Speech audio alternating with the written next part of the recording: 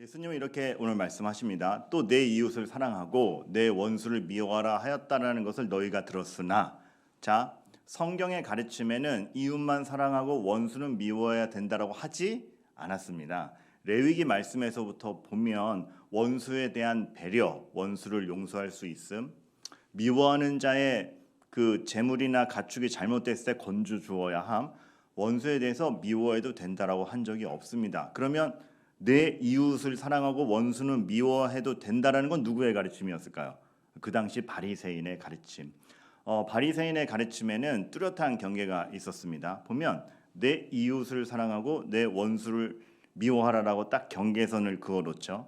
자기 편을 갈라놓는 겁니다. 그래서 본인이 사랑할 수 있는 사람, 본인이 상대할 수 있는 사람을 미리 갈라놓는 것이죠. 하나님은 그러라고 하지 않았습니다. 근데 선민의식, 또 자부심, 어떻게 보면 오만함, 그리고 이방인과 섞이기 싫은 그 생각들이 하나님의 진심을 알아채지 못하고 자기들끼리 규율을 만들었는데, 그게 이렇게 편을 갈라놓는 것이었죠. 그래서 어울리는 사람과만 어울리겠다, 것이 바리새인들의 가르침이었고, 그래서 혼혈인 이방인에 대한 차별이 심했던 거 우리가 익히 알고 있는 바입니다. 그 자기 편을 갈라놓는다, 이것이 그냥 자기 편을 잘 사랑한다, 이 정도만 돼도 괜찮겠어요. 그런데 무서운 건 자기 편을 사랑하는 정도가 아니고 꼭 어떻게 가죠? 자기 편만 아는 이기심으로 갑니다. 그렇기 때문에 문제가 되고, 벌써 편을 갈라놓고 배척한다라는 것 자체가 사랑이라는 단어와 어울리지 않는 것이죠. 제가 그 옛날에 2차 세계대전 자료들을 막 보다 보면, 저는 왜 또 그걸 보고 있었을까요? 이게 유튜브 정말. 네, 근데 어쨌든 이렇게 보다 보면 히틀러에 대한 얘기가 어느 순간 나와서 봤는데, 히틀러의 일상사 몇 안 되는 장면들이 찍힌 게 있어요. 근데 그 잔인한 히틀러가 집에 들어가서 본인이 키우던 셰프드가 달려오면 그렇게 애정 있게 쓰다듬어주고 아끼고, 이렇게 막 물고 빨고 얼마나 아끼는지 몰라요. 그런데 그렇게 동물까지도, 자기 집에 속한다면 동물까지도 애정하는 히틀러가 자기가 싫어하는 민족에 대해서 대학살을 일으킨다? 섬뜩한 것이죠. 자기 편만 아는 이기심이라는 게 그렇게까지 극단적일 수 있다라는 걸 알면 등골이 오싹한 거죠. 자기 편을 갈라놓는다라는 것이 얼마나 무시무시한 것이고 실제적으로 사랑과 어긋나는 것임을 우리가 보게 됩니다. 그래서 오늘 배경 그림이 이건 겁니다. 딱 이렇게 구분지어서 내 색깔만 우리 편이고 다른 색깔은 어울릴 수 없어, 이거 아니라는 것이죠. 그런데 그 당시 바리새인은 그렇게 했었고, 결국 편을 가른다라는 것은 이 정도가 아니면 사랑하지 않겠다, 그러니까 내가 판단하기에 같은 색이 아니면 사랑하지 않겠다, 이렇게 가다 보니 그건 실제적으로 사랑이기보다는 이기심이요, 따뜻함이기보다는 배척함이 있고 갈등을 유발한다라는 것을 우리가 알게 됩니다. 잘 보면 예수님과 상대했던 사람들도 이와 비슷한 생각을 가지고 있었던 거 우리가 보게 됩니다. 율법사가 예수님을 시험하여 물을 때 이런 질문을 했었죠. 내 이웃이 누구이니까? 얼핏 듣기엔 제가 이웃이 누군 줄만 알려주면 사랑하겠습니다라고 얘기하는 것 같죠. 그런데 벌써 내 이웃이 누군가라는 그 편을 싹 갈라서 고기만 사랑하겠다라는 구분점이 있는 거 보이십니까? 당대에 이러한 점들이 굉장히 잘못되어 있었고, 사람들이 나랑 어울릴 만한 사람과만 어울리겠어, 이 의식이 너무 뚜렷했습니다. 거기에 대해서 이 율법사에게 예수님이 그 유명한 그래서 선한 사마리아인의 비유를 들은 것입니다. 누가 이웃이냐? 도움이 필요하면 누구나 이웃이다. 율법에 얽매여서 건드리지도 않고 피해갖고 만지지도 않았지. 아니고 누가 이웃이냐? 도움이 필요하면 누구나 이웃이다. 그들이 가지고 있던 경계선, 그들이 가지고 있던 오만함, 그들이 가지고 있던 배척함 다 허물어뜨리고 도움이 필요하면 누구나 이웃이다라는 것을 예수님께서 분명하게 쫙 펼치시는 것이죠. 왜요? 하나님이 그러셨기 때문에 그렇습니다. 하나님은 사랑할 만한 대상만 사랑한 것이 아니라 우리가 아직 죄인 되었을 때에 우리에게 오셨죠. 그것이 하나님의 은혜요, 하나님의 사랑이요, 우리 구원의 시작점이라는 걸 우리가 알 때에 내 이웃이 누구니까 할 때에 자기 편을 갈라놓으면 안 되는 것이죠. 그 마음이 얼마나 커야 되고 우리의 시선이 얼마나 큰 애정과 아량으로 있어야 되며 그것이 은혜를 아는 사람의 생각인지 우리가 보게 되는 것입니다. 목사님 질문 있습니다. 무슨 질문이요? 그때 이스라엘은 구별해 놓으셨잖아요. 이방인과 다르게 갈라놓으셨잖아요. 자, 여기서 오해하지 말아야 될 게 이스라엘을 택하여 구별했다는 것은 이방인과 갈라놓음이 아니라 이방인에게까지 나아가기 위한 시작점이었던 것이죠. 먼저 말씀을 주어 거룩한 백성의 표본을 만들어 놓고 그들을 제사장 삼아서 모두에게 전파하기 위한 시작점이었지 갈라놓음과 구분은 아니었던 것입니다. 하나님의 이 큰 시야를 우리가 볼 때에 하나님은 자기 편에 속한 사람만 챙기고 아닌 사람은 저주한다가 아니라 하나님의 백성을 키워서 모두에게 그 복음과 은혜의 혜택을 누리게 하고자 하는 그 의지가 있었음을 우리가 보게 되는 것이죠. 목사님 또 질문 있습니다. 뭐요? 근데 아말렉 같은 경우는 대대로 영원히 원수라고 하지 않았습니까? 자, 우리가 그래서 하나님의 큰 시야와 계획과 하나님의 역사 속에서 우리의 처신을 좀 구별하여 볼 필요가 있고 같이 볼 필요가 있는데 아말렉 민족을 대대로 원수를 삼아라 하는 것도 우리 편 아니니까 다 죽여버릴 거야 라는 사안이 아니라 이런 식으로 봐야 됩니다. 아말렉이 언제 등장합니까? 하나님이 애굽에서 홍해바다를 건너 출애굽을 시켜서 약속의 땅으로 보내시죠. 우리가 알다시피 주일날 살펴봤듯이 애굽이 죄의 상징이며 바울이 얘기했던 홍해바다를 건너가는 것이 세례와 구원의 상징이었고 그렇게 볼 때 약속의 땅에 도착한다라는 것이 하나님이 그 약속을 성취함을 의미합니다. 그런데 그것이 홍해바다를 갈라지자마자 믿음을 갖자마자 약속의 땅에 도착이 아니라 중간에 40년 광야라는 과정이 있었죠. 그리고 그 과정을 맞닥뜨리는 데 있어서 맨 처음 고난으로 다가왔던 전쟁이 아말렉이 걸었던 전쟁입니다. 여기서 보면 이 큰 그림에서 보면 아말렉이 그 잔인성을 가지고 군사도 아닌 민간인들의 약한 사람을 죽이면서 득달같이 달려들었던 것을 보면 그들의 그 악함은 단지 잔인성뿐만 아니라 이 큰 그림에서 아말렉의 위치가 어떻습니까? 하나님 나라의 탄생을 방해하는 존재가 되는 겁니다. 하나님 나라의 탄생을 방해하는 것이라면 하나님이 영원히 대적을 삼겠다라고 말씀을 하시는 것이죠. 그러니까 하나님은 지금 사사로운 복수, 니네에게 방해가 되면 다 죽여도 돼를 얘기하는 게 아니라 하나님의 역사와 탄생, 하나님이 행하시는 일을 못 알아보고 끝까지 반항하는 세력에 대해서는 하나님이 결단코 맞선다. 그리고 그러한 악한 세력 때문에 하나님의 일이 방해받지 않는다를 그 의지를 보여주시기 위해서 영원히 대적 삼는다라고 하신 것이죠. 그래서 다윗의 시편에도 원수들에 대해서는 주의 이름으로 그들 밟아놀이다. 마치 내 편이 아니면 밟아 죽여도 된다라는 것 같은 얘기가 나오죠. 하지만 여러분 잘 보세요. 그래서 다윗이 그 인생에 복수가 있었습니까? 사울을 죽일 수 있는데 안 죽이던 다윗 아닙니까? 자기의 권력을 가지고 누군가를 제껴버릴 수 있을 때 그러지 마시옵소서 하면 안 하던 다윗 아니었습니까? 다윗의 인생은 그 복수심으로 움직이지 않았습니다.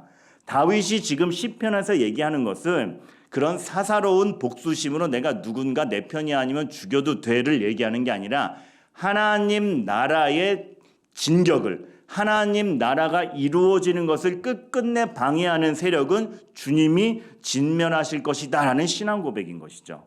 신명기에서도 마찬가지입니다. 모세가 이런 이방인들이 평안과 형통을 구하지 말라 하는 것은 그들에게 절대 복이 가지 않을 거야 라고 얘기하는 게 아니라 하나님을 끝끝내 반역하는 세력들은 그 하나님의 나라에 동참하지 못하므로 평안과 형통을 구하지 못할 것이다라는 그 하나님 나라에 대한 선언인 것이죠.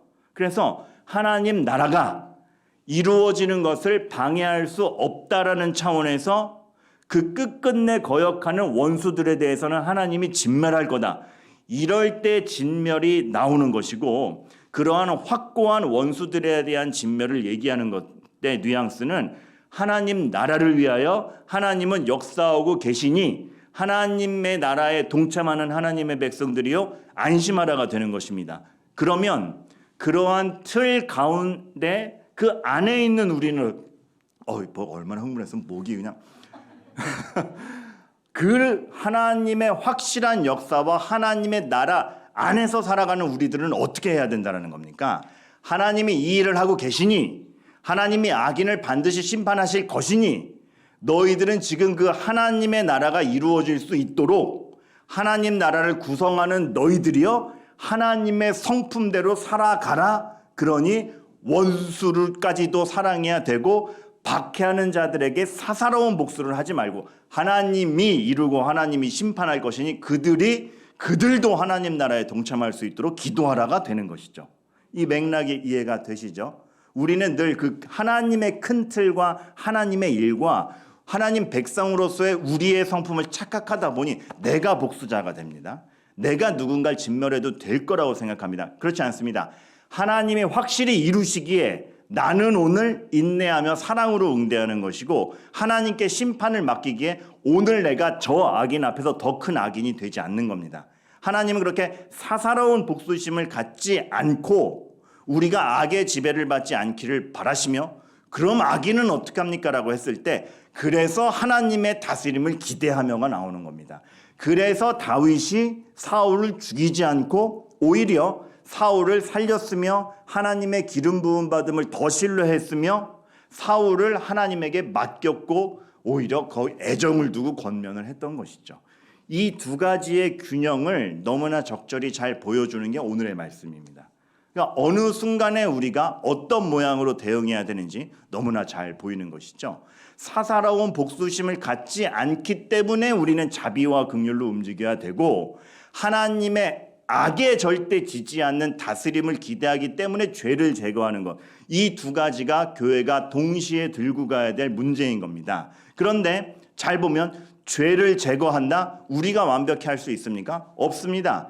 믿음으로 하나님께 구하며 죄를 경계하는 일을 확실히 하되 내가 복수자가 되지는 않는 사사로운 복수심을 갖지 않고 자비와 긍휼을 갖는 그 균형성. 어렵죠. 하지만 교회가 가져야 될 균형성인 겁니다. 이 두 개가 동시에 있는 거죠. 예를 들어 드리면 그래서 우리는 분노를 하더라도 왜 분노가 없겠습니까? 그런데 어떤 일에 분노하더라도 그것이 정말 그러니까 화나는 일이 있으면 우리는 그 개인을 비판하잖아요. 내 그럴 줄 알았어. 쟨 당해도 싸. 막 그 사람의 죄를 까발리려고 그러고 그 사람이 당해야 속이 통쾌해지는 거죠. 그것이 아니라 죄는 반드시 제거해야 되나 하나님이 온전히 심판하고 이루실 것을 믿는다면 우리는 자비와 긍휼의 눈으로서 분노를 하여도 신경질이 아니라 의분을 내린 거죠. 상대방을 살리고 싶은 죄에 대한 분노. 이 말이 이해가 되세요? 우리는 분노할 때 내 그럴 줄 알았어. 죄도 비난하지만 그 사람도 너 같은 애는 당해도 싸라고 상대방까지 싸잡지 않습니까? 그러나 하나님의 역사와 하나님의 나라와 나도 은혜 받은 자라는 걸 안다라면 죄는 제거하되 그 사람도 죄로부터 돌이켜 은혜의 자리로 오기를 바라게 되는 것이죠. 그 적절한 균형성. 그래서 더더욱 사사로운 감정이 아닌 명백한 판단을 하기를 바라는 겁니다. 그래서 구약시대 때 하나님이 이스라엘을 세울 때에 그렇게 재판장과 공의로운 판관과 하나님 뜻을 아는 왕을 세우고자 했던 것이 이것이었습니다. 사사로운 감정과 악에 지배받는 심령이 아니라 하나님의 명백한 판단 가운데서 죄를 판단해도 판단하고 공정하게 판단하며 그러나 살릴 수 있는 사람을 살려가고 악으로부터 꺼내어 그 사람을 다시금 회복시키는 작업들, 이것들을 해 나아갔던 것이죠.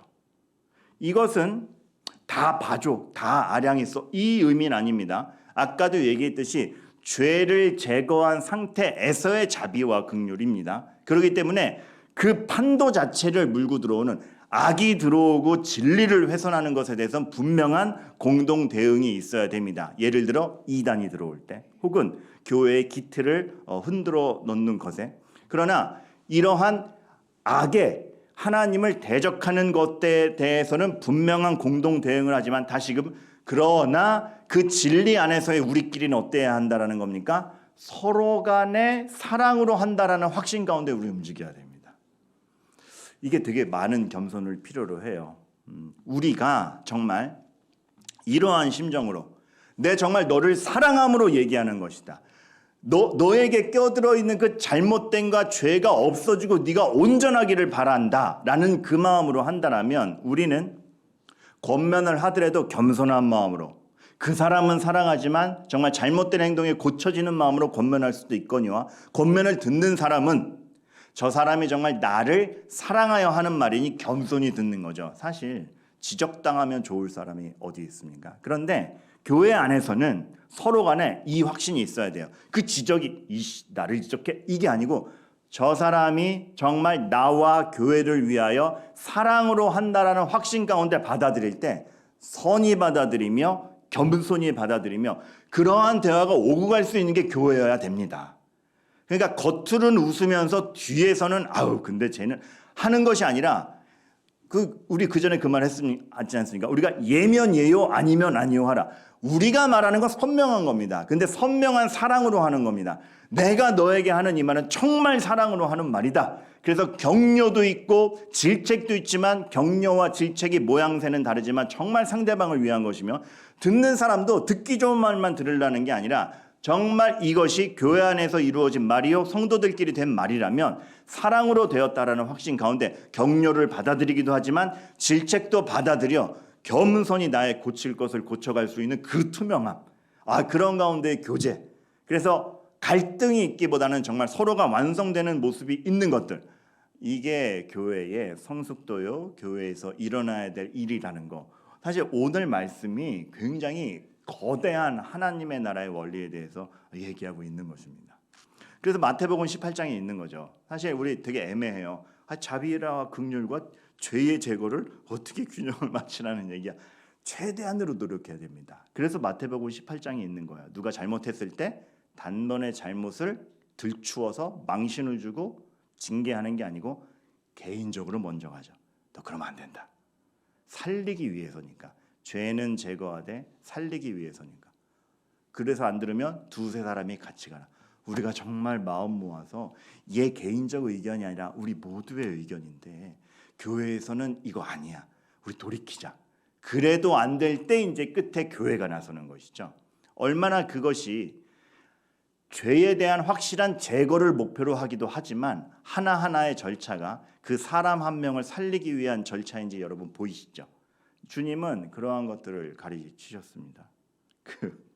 우리나라에서 아마 그분이 최초일걸요. 박윤선 목사님이라고 참 고신에도 계셨고 총신에도 계셨고 합신에도 계셨고 모두의 스승이라 불리는 우리나라 처음부터 창세기부터 요한계시록까지 전 성경을 주석하신 박윤선 목사님이라고 계십니다. 근데 그러니까 그 박윤선 목사님이 이렇게 다 원로로 있는 교회에서의 담임 목사님 사역은 얼마나 힘들었을까 싶어요. 그죠? 대학자인데. 근데 그 원로 목사님도 딱 계신데 그 교회 담임 목사님 뭔가 설교를 했는데 굉장히 틀린 말을 했나 봐요. 그러니까 저거 아닌데 저거 아닌데 이게 좀 발각이 됐나 봐. 어쩌지 그러고 있는데 제가 그 장로님 그 교회에서 오랫동안 장로님 한 분의 증언으로 들었어요. 그런 가운데 애매하게 있는데 장로님 집에 새벽 2시에 창문 톡톡 두들기는 소리가 나더래요. 그래서 새벽 2시에 누구지? 창문 여니까 박윤선 목사님이 자기 집에 새벽에 와 계시더래요. 그 장로님 오장로님이라고 하는데 그러더니 목사님 웬일이십니까? 장로님 오늘 그 목사님이 한 말이 이러이러해서 틀린데 이거 어떻게 전해줘야 그 사람이 상처받지 않고 들을 수 있을까? 명백히 자기가 맞는데 담임 목사의 권위를 살리면서 상처 주지 않으며 어떻게 그 사람도 살리면서 이 맞는 것을 교정해낼 수 있는지에 대한 그 애절함이 이 대학자를 잠 못 자게 한 겁니다. 사실 이 대학자의 권위로서 당장에 그거 아니야. 내가 자료 다 보여줘. 너 틀렸어. 하면 끝입니다. 당장에 제압됩니다. 하지만 담임 목사로서의 권위, 교회의 화평, 하지만 분명히 아닌 것 아니라고 해야 되는 그 와중에 그 애절함이 그 시모 장로님 찾아와서 똑똑한 거죠. 새벽 2시에. 어떻게 전달하면 좋을까요? 그때 그 오 장로님이 많이 눈물을 흘리셨다는 얘기를 저한테 해주신 적이 있어요. 그런 거죠. 그런 거. 어떻게 했는지 모르겠지만 어쨌든 전달은 됐고 교정을 했고 담임 목사의 권위도 무너지지 않았다고 합니다. 그것까지 못 들었어요. 그걸 들었어야 되는데. 그런 것이죠. 교회 권징이 무엇이냐?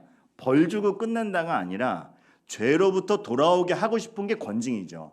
권징은 벌 주는 게 목표가 아니라 죄를 깨닫게 하여 돌아오게 하는 게 목적입니다. 그래서 죄는 제거하고 사람은 살리는 거죠.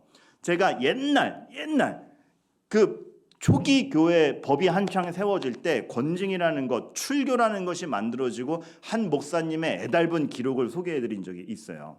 출교, 와 얼마나 잘못했으면 교회에서 쫓겨나요? 근데 출교한 사람의 마음가짐이라는 옛날 글이인데 이렇게 적혀 있는 거예요. 출교가 무엇이냐라고 했을 때 이 사람이 정말 끝까지 자신의 죄를 인정하지 않아서 너는 교회 밖에 있다라고 얘기하는 건데 이건 내쫓는 것이 목적이 아니라 그만큼이라도 충격을 줘서 내가 진짜 잘못했구나를 깨달아 돌아오게 하는 게 출교다.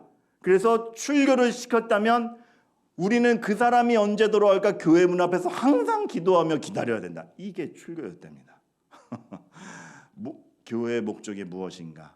그러니까 죄를 제거하면서도 자비와 긍휼을 지킨다라는 게 사실 우리에게 있어서 얼마나 어려운 일이지만 해나가야 되는 일이며 말 그대로죠. 사랑은 오래 참고가 동반되는 일인지. 근데 그게 교회라는 겁니다. 세상을 향해서도 마찬가지입니다. 하나님이 역사를 이루어 가시고 하나님께서 그 세상 가운데서 누구를 더 불러들이실지 모르기 때문에 우리는 교회고 깨끗하고 세상은 더럽고 악해가 아니라 세상이 하나님이 역사하시는 무대요. 거기서 하나님이 나를 구원하셨든 누구를 구원하실지 모르기 때문에 전체의 평화를 원하고 오늘 말씀에 나온 대로 하나님은 악인에게도 해와 비를 쏟으시는 자비의 하나님인 줄 알고 우리도 그렇게 대하는 것이죠. 그래서 세상이 정말 하나님의 질서를 비꼬고 망가뜨리는 것에 대해서는 우리는 분명한 비판과 대응을 해야 됩니다. 그런데 비판만 있으면은 모자랍니다. 왜냐하면 우리는 시비만 거는 사람이 아니라 하나님의 가치를 가지고 진짜 선한 것을 세워가는 사람이기 때문에 그래서 무언가 반대하고 비판거리가 있고 이거는 정말 대응해서 맞서야 된다라고 하면 무조건 반대만 하는 게 아니고 대안을 가지고 가야 되는 겁니다. 대안을 우리의 그 하나님이 주신 가치 원리를 가지고 이것이 병행될 때 안 믿는 사람과 얘기해도 니네들은 정말 뭐가 있구나라는 그 영적 권위가 우리들에게 늘 있어야 되고 그만큼 생각해야 되고 그만큼 우리의 삶이 하나님의 말씀으로 점철돼야 되는 것입니다. 그러면서 인정해야 됩니다. 왜? 하나님께서 지금 악인에게도 비를 내리고 계시기 때문에 그들이 그들 사회에서 하나님의 일반적인 은혜를 이루어내는 것이 있어요. 그것에 대해서 인정해주며 가야 됩니다. 너는 나쁜 놈이니까 잘 되면 안 돼 라는 마음이 아니라 쟤도 지금 하나님이 살리고 있기 때문에 그가 이루는 것이 있다. 하지만 그가 죄를 깨달아 돌아오기를 바란다. 이렇게 돼야지 무작정 배타심, 너는 교회 안 다니니까 넌 망해야 돼. 이런 옹졸한 마음으로서의 태도가 우리의 신앙이 아니라는 거죠. 하지만 아까도 얘기했지만 이거와는 구분돼야 됩니다. 그런데 죄 자체가 악독한 마음을 갖고 들어올 때는 자비와 긍휼 이전에 그 죄가 제거돼야 그 이후 자비와 긍휼의 실현이 가능하게 이단에 대해 대응한다 확고하게 해야죠. 이것은 여러분 그 구분점들을 아시겠어요? 그 구분점들을 우리가 얼마나 진리에 대해 선명하며 그러나 성품적으로는 사랑에 선명한가 이 두 가지를 잘 들고 있을 때 언제 어떻게 판단하고 행동하며 누구를 세워주며 그러나 언제는 분노해야 될지가 나오는 겁니다. 그런 점에서 저는 루터가 참 존경스러워요. 루터는 교황 제도를 신랄하게 비판했던 사람입니다. 그의 무수한 글과 논문에 이 교황 제도가 정말 잘못된 부분이 많고 하나님의 이 원리 가운데 잘못된 거 다 개선해야 된다라는 글들을 아주 많이 썼어요. 그래서 그 교회의 구조 자체를 얼마나 비판했는지 몰라요. 그런데 교황 이름을 거론하면서 개인을 비판한 적은 없습니다. 이게 이해가 되세요? 교황의 이름을 거론하면서 인신공격을 하거나 교황을 개인적으로 공격한 적은 없어요. 왜?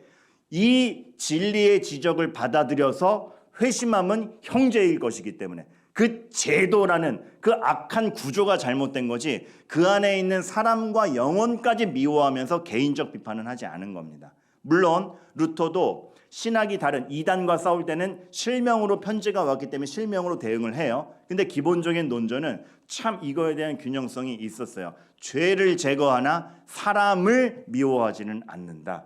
왜요? 아까도 얘기했죠. 하나님이 그 해를 악인과 선인에게 비추시는 것을 인정하기 때문에 그렇습니다. 하나님이 역사를 이루어 가시는 것을 알고 인정하기 때문에 그렇습니다. 더 궁극적으로는 나도 은혜가 없을 때 악인이었는데 은혜로 여기까지 왔다이기 때문에 그렇습니다. 그래서 이 말이 그래서 껴드는 겁니다. 이같이 한즉 하늘에 계신 너희 아버지의 아들이 된다. 오늘의 말씀이 원수를 사랑하라로 나오니까 큰 사랑을 베풀어라가 주제인 것 같죠. 예, 맞습니다. 그런데 사실 더 큰 주제와 더 큰 중요점은, 더 큰 포인트는 큰 사랑을 베풀어라가 아니라 의외로 이것입니다. 너희에겐 아버지가 있다. 너희에겐 아버지가 있다. 너희에겐 원수도 사랑하는 걸 보여준 아버지가 있다. 너희가 아직 죄인 되었을 때 너희를 찾아간 아버지가 있다. 그렇게 해줄 아버지가 있으니 너희도 그 사랑을 베풀어라. 낭비 같으냐? 내가 그 낭비 같다라고 생각되는 너희의 희생을 다 채워주고, 너희가 그걸로 인해서 아유 이렇게 했더니 내가 또 손해보잖아. 그 손해 다 채워주고 모든 심판을 이루며 하나님의 나라를 명백히 서여갈 너희의 아버지니 너희는 원수까지도 사랑할 수 있는 각오로 이 땅을 살아다오. 그래서 오늘 말씀의 결론이 큰 사랑 베풀어가 아니라 너희 아버지의 온전하신것 같이 너희도 온전하라죠. 든든한 거죠. 결국 예수님께서 이 말씀을 통하여 확인시키시는 것, 너희에겐 아버지가 있다. 너희는 그냥 이렇게 툭 던져진 존재가 아니다. 죄인 되었을 때 너희를 찾아간 아버지가 있고, 너희 때문에 대신 죽을 나를 보낼 아버지가 있고, 그 아버지가 하나님 나라를 이룰 것이며 그 하나님 나라에 너희들을 태워가신다. 그런데 어찌 너희가 사사로운 마음으로 원수를 비난하며 가는 그 악한 무리가 될 수 있느냐, 이것이거든요. 이게 단지 그 당시에만 해당되는 내용이겠습니까? 우리에게도 해당되는 내용인 것이죠. 여러분, 참 이러한 지점으로 교회가 세워져 가기를 바라겠습니다. 여러분, 위로를 얻으세요. 격려를 얻으세요. 여러분에겐 아버지가 있습니다. 그런데 그 아버지가 그냥 사랑만 있는 아버지가 아니고 권능을 가진 아버지로 자신의 나라를 어떠한 방해에도 반드시 만들어 가실 아버지이시기 때문에 그 아버지를 확신한다면 여러분들은 그 아버지의 틀 안에서 온전한 사랑을 제시할 수 있다라는 것, 그리고 그것이 교회라는 걸 안다면 정말 이 교회는 죄를 제거하고 사랑으로 내 형제 자매를 세워주는 곳이 되어야죠. 우리의 한마디라도, 우리의 한 번의 인사라도 정말 그 사랑으로 되기를 바랍니다. 서로 간에 확신하시기 바랍니다. 지금 이 말은 나를 사랑해서 하는 말이다. 이 봉사하세요. 아우 일 시키려고 그래. 아니요. 그 봉사를 통해서 하나님을 더 알 수 있고 당신의 성장에 도움이 되기 때문에 난 추천합니다. 우리는 진심으로 그렇게 추천할 것이고 진심으로 그렇게 권면할 것이고, 받아들이는 사람도 정말 그것이 진실된 권면이 되도록 받아들이실 수 있어야 됩니다. 왜 나한테 쓴소리야? 사랑으로 하는 쓴소리입니다. 교회를 위한 쓴소리입니다. 정말 나를 위한 쓴소리입니다. 그러면 말하는 이도 하나님 앞에서 겸손해야 하지만 듣는 이도 하나님 안에서 겸손한 가운데 그러한 대화가 정말 신뢰와 사랑 가운데 오고 갈 수 있는 건 교회임을 아셔야 되고, 누가 들어오든지 그 사랑을 맛볼 수 있도록 우리가 늘 노력해가는 건 우리인 겁니다. 여러분의 마음에 혹시 어떠한 갈등, 불편함, 어려움이 있었다라면 여기서 해소되시기를 바라겠고, 하나님이 이루어 가신 것을 우리가 함께 맛보아 가기를 간절히 바라는 겁니다.